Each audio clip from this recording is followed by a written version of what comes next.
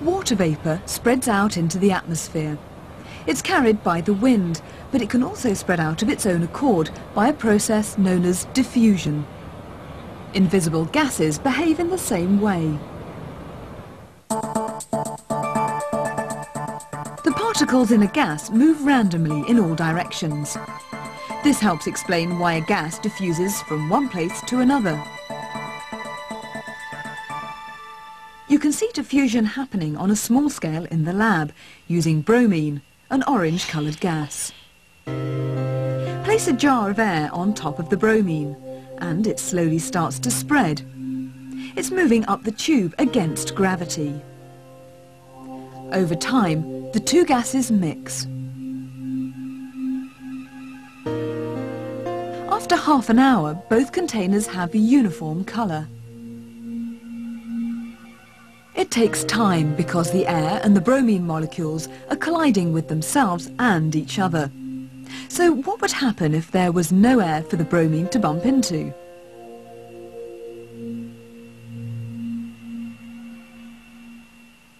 All the air has been removed from this apparatus, apart from the flask containing bromine, which is isolated by a tap. Open the tap and it spreads immediately. Watch again. In a vacuum, there's no air to collide with. The bromine diffuses much faster. See how slow the diffusion is when the flask is now full of air. It takes several minutes to get just this far. This simple setup can be used to compare the rate at which different gases diffuse into air. Nitrogen dioxide gas on the left is similar in colour to bromine on the right, but bromine molecules are much heavier.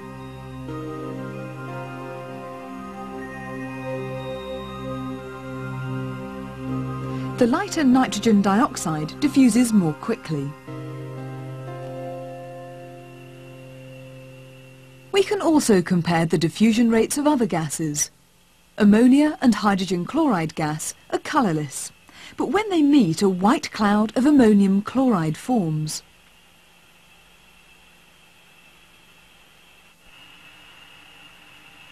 A piece of cotton wool soaked in concentrated ammonia solution provides ammonia gas. Concentrated hydrochloric acid provides hydrogen chloride gas. Place the two pieces of cotton wool at opposite ends of a tube and the gases spread out. You can compare the speed at which they approach each other by looking out for a cloud of ammonium chloride. After less than a minute, a white ring begins to form, marking where the gases meet. The white solid is closer to the hydrogen chloride end of the tube, on the right. So which gas has travelled faster? Another way of monitoring the progress of the gases is to run a piece of damp indicator paper along the tube. Hydrogen chloride gas turns it red, ammonia turns it blue. Why does ammonia travel faster?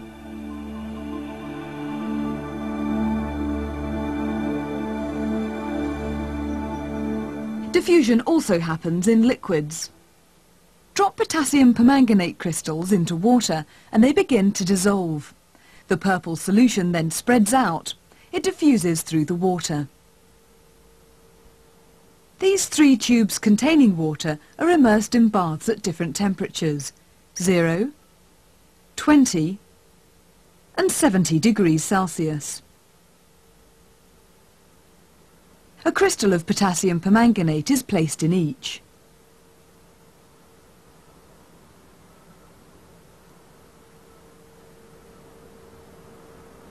After 10 minutes, diffusion in the hot water is almost complete.